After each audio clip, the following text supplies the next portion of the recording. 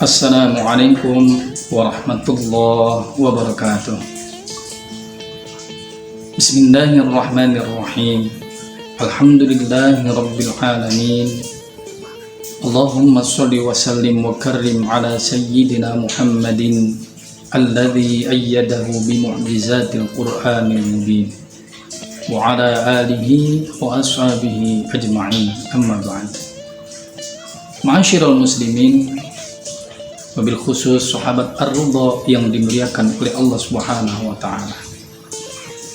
Alhamdulillah, kita bersyukur kepada Allah sampai hari ini, di hari yang ketiga di bulan Ramadan, Allah masih mengizinkan kita melaksanakan ibadah puasa dan Allah berikan kepada kita kekuatan untuk melaksanakan ibadah puasa. Semoga di hari-hari berikutnya ke depannya Allah juga kuatkan kita untuk melaksanakan ibadah puasa di bulan Ramadan tahun ini. Sahabat Ar-Ridha yang dimuliakan oleh Allah, dalam sebuah riwayat ada seorang sahabat yang bertanya kepada Rasul, "Ya Rasulullah, di tempatku ada seorang wanita yang rajin sekali ibadahnya.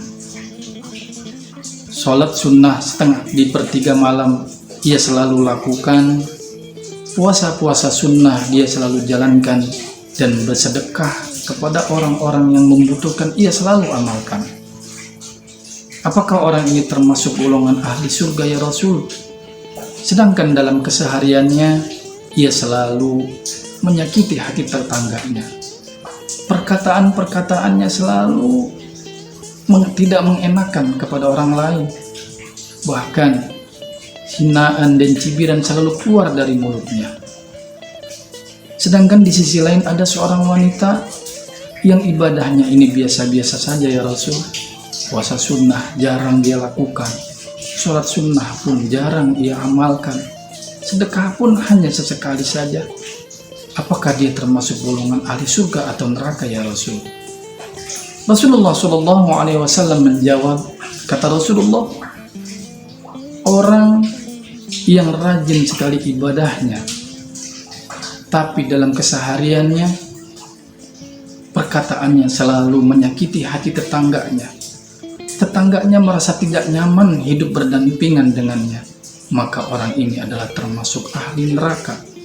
Sedangkan walaupun ibadahnya biasa-biasa saja, tapi perkataannya, lisannya selalu terjaga, tidak pernah menyakiti hati orang, bahkan perkataan-perkataannya selalu bermanfaat untuk orang, dan orang merasa nyaman, merasa enak bila berdampingan hidup dengan dia, bertetangga dengan dia, maka orang ini termasuk golongan ahli surga. Dari kisah ini kita bisa ambil kesimpulan bahwa menjaga lisan kita dari perkataan-perkataan yang tidak baik, dari perkataan-perkataan yang menyakiti hati orang lain adalah merupakan salah satu cara untuk kita yang juga menuntun kita untuk menuju surganya Allah Subhanahu wa taala. Lisan ini bisa menjadikan kita orang yang dipercaya oleh orang lain.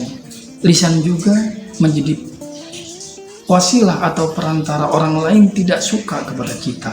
Karena lisan ini harus kita jaga, terlebih di bulan Ramadan ini. Luqmanul Hakim dalam sebuah riwayat cerita, yang beliau ini adalah orang soleh yang diabadikan namanya di dalam Al-Quran. Suatu ketika ia selesai menyembelih seekor kambing, orang meminta salah satu yang terbaik atau berikan kepadaku anggota tubuh yang terbaik dari kambing tersebut. Lalu diambilkan hati dan lidah dari kambing itu.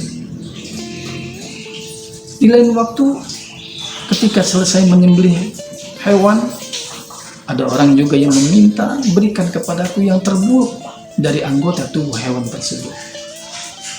Sahabat Luqman mengambilkan atau memotong hati dan lidah dari kambing tersebut dan diberikan kepada orang itu. Ini yang terbaik dan ini juga yang terburuk. Kenapa? Dari hati ini mendorong perkataan-perkataan yang negatif. Hati inilah pusat dari perkataan-perkataan yang tidak baik. Hati juga menjadi pusat perkataan yang baik, yang bisa membawa kebaikan kepada diri orang tersebut ataupun kepada orang lain. Ini berarti bahwa menjaga lidah kita, menjaga hati kita untuk berbuat yang tidak baik, ini akan menjadikan kita termasuk golongan orang yang ahli neraka. Oleh karenanya, jaga hati kita, lidah kita, terutama di bulan Ramadan yang mulia ini. Kita bisa dirindukan surga karena kita bisa menjaga lisan kita. Ada 4 hal orang yang dirindukan oleh surga, yaitu salah satunya adalah orang yang mampu menjaga lidahnya, orang yang mampu menjaga lisannya. Dan ada 4 hal yang bisa menghilangkan pahala puasa, yaitu orang yang tidak mampu menjaga lidahnya, orang yang selalu mencibir hak orang lain, menghina, menggibah, memfitnah. Ini merupakan salah satu hal yang membatalkan pahala puasa, sehingga puasa kita tidak ada gunanya.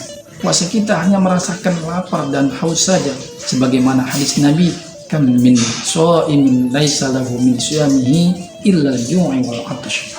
Berapa banyak orang yang berpuasa tapi ia hanya mendapatkan lapar dan haus saja, ia tidak mendapatkan pahala di sisi Allah Subhanahu wa taala. Masya Allah, naudzubillah min dzalik. Sahabat Umar, Amirul Mukminin Umar bin Khattab, beliau berkata, man kathura kalamuhu kathura khata'uhu. Orang yang banyak bicaranya, maka hati-hati banyak juga kesalahannya. Man kathura khata'uhu kathura dzunubuhu. Orang yang banyak salahnya juga akan terpleset, nanti akan banyak dosanya. Man kathura dzunubuhu fannaru aula bihi. Orang yang banyak dosanya, tidak ada tempat yang baik baginya selain di neraka. Naudzubillah.